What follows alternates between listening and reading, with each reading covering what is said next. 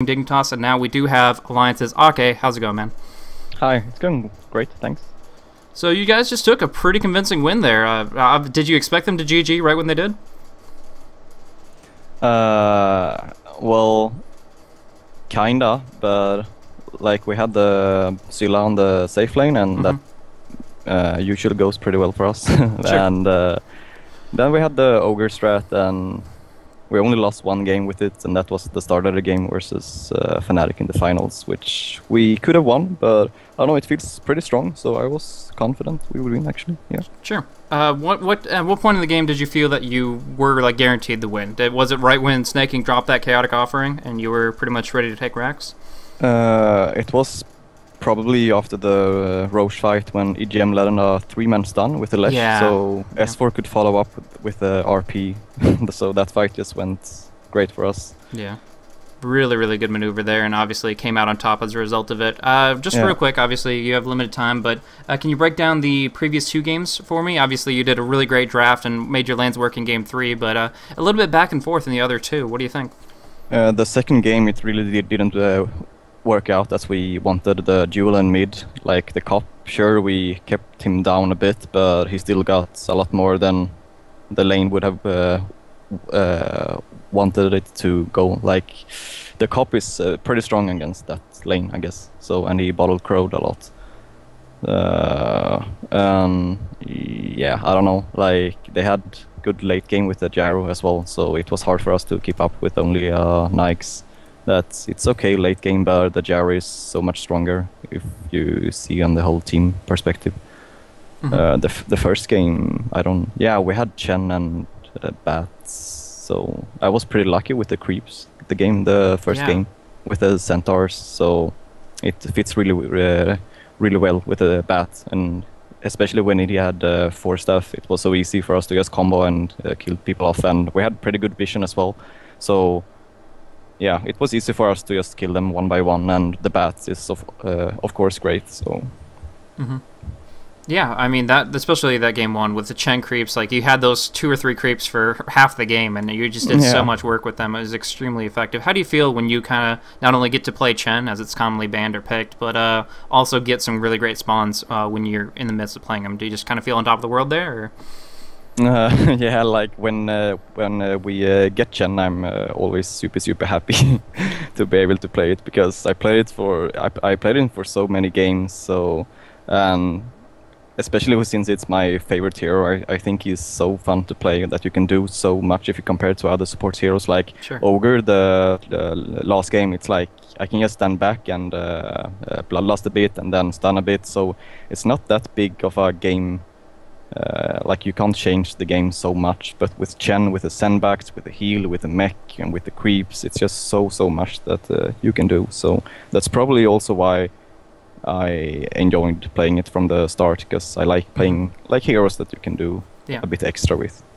Yeah, it's a very challenging hero, but with a little bit of perfect micro skills there, I'm sure you can pull it out. And obviously, you've done so well in the previous games with him. But that's obviously probably one of your most iconic hero. How do you feel about Admiral Bulldog when he's not on the lone druid? Obviously, that game 2, like there were some issues with the Magnus play that he did. Was that like a vote, or was it just Admiral Bulldog deciding himself that he would be demoted to Private Bulldog for the next round? Well, I mean, of course he's best with Sylla, but I think he does good with the other heroes as well. Especially Clock has been playing really well with lately, but that's also the problem when you use one hero too much. That you need to catch up with the other heroes. But when he plays pubs and when we scream and stuff like that, he usually practices the other heroes. So it's not like when half a year ago when he only played Sylla in pubs. If you check in his other accounts, he has. Yeah, the other heroes as well, and he usually picks heroes to practice. So, yeah, maybe he's not on top or the best with Mag and Clock and the other heroes, but he's still really good. Yeah, it still works. I mean, it's a very similar mindset for some of the heroes, and obviously it didn't cost the game or anything like that. It was just a couple of decisions. Could have been a little bit different, but in that situation, it's high pressure. I mean, these are good teams that you're going up against here. Considering the fact that you are relatively new compared to teams that have been around for ages, how do you feel rising up the tier so quickly and kind of becoming a tier 1 team so early on in your roster? Well, it feels good, of course, but I don't know. I haven't thought about it like that because I've been in the scene for so many years now. So it's not like it's feeling so strange when it's in a new team. Because I don't know, when we create a team, you usually know that, like, you don't create a team which you think or doubt that's gonna be bad or not that good. Like we always have the goal to be the best. So yeah, sure, it's. I'm not saying that we're the top team, like the top one team, but it feels not that strange that we, like, I would say top 3 in Europe at least. Sure. Europe ending, so yeah.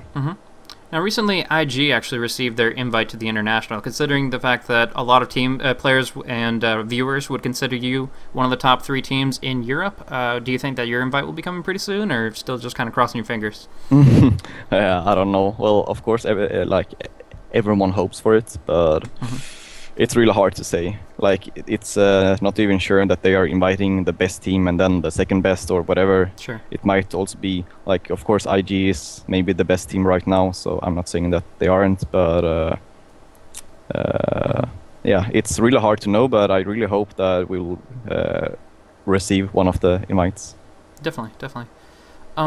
So right now you're talking about a little bit about the G1 qualifiers you're going to be going on into to obviously compete with the Western scene and try to get into those coveted slots for the qualification into G1 itself. If you did make it all the way through, how do you feel you'd fare against the Eastern teams?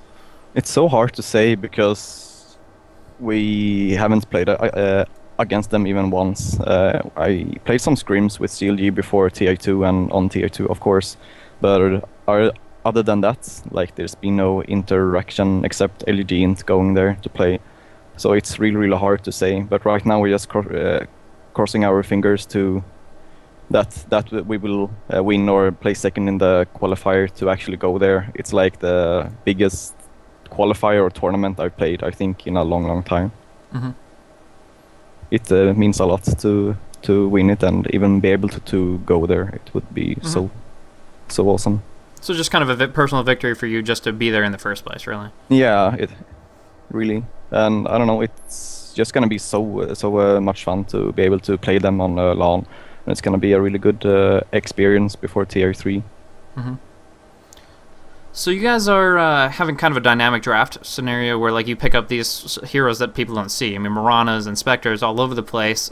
Kind of in that mindset, do you feel that you have the most dynamic draft, or there are some teams that kind of still threw you for a loop? Like the Ancient Apparition, for example, was really weird.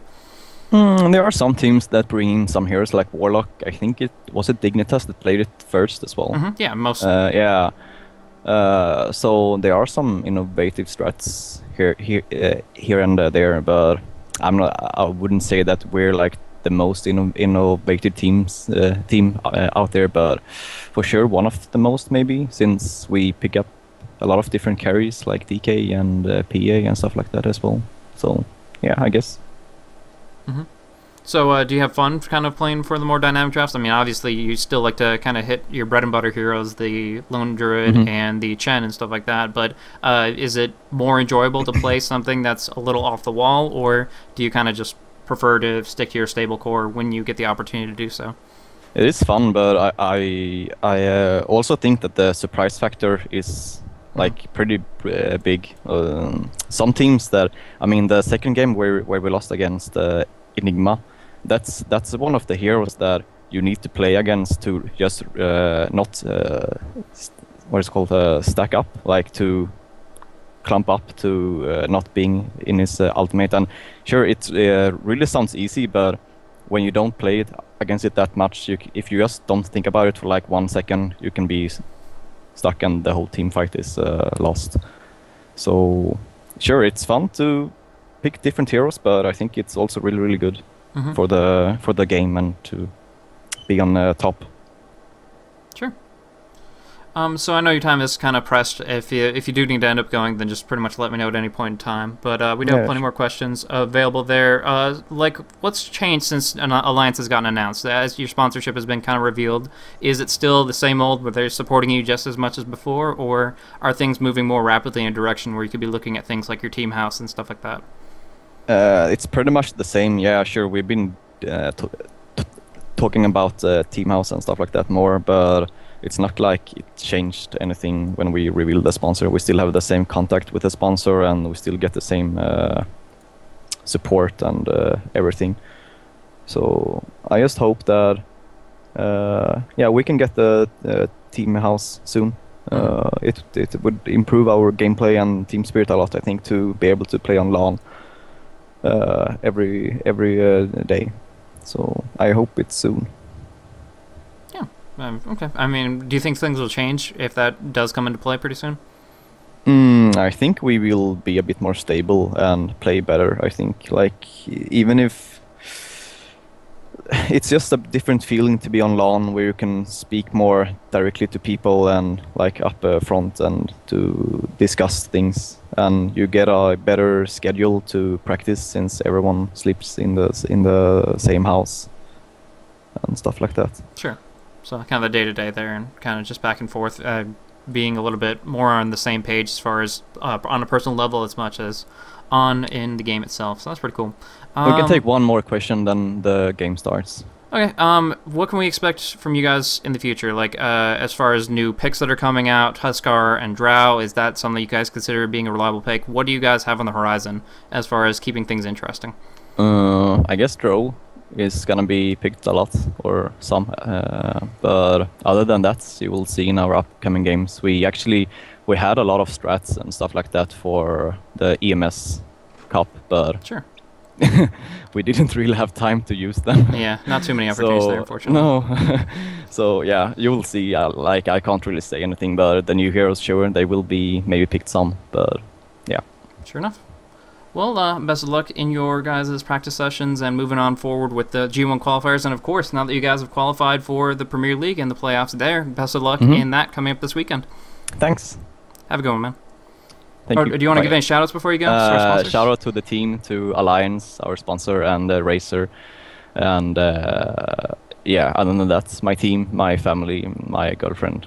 Cool. Yeah, cheers. Cheers, man. See you later. See you.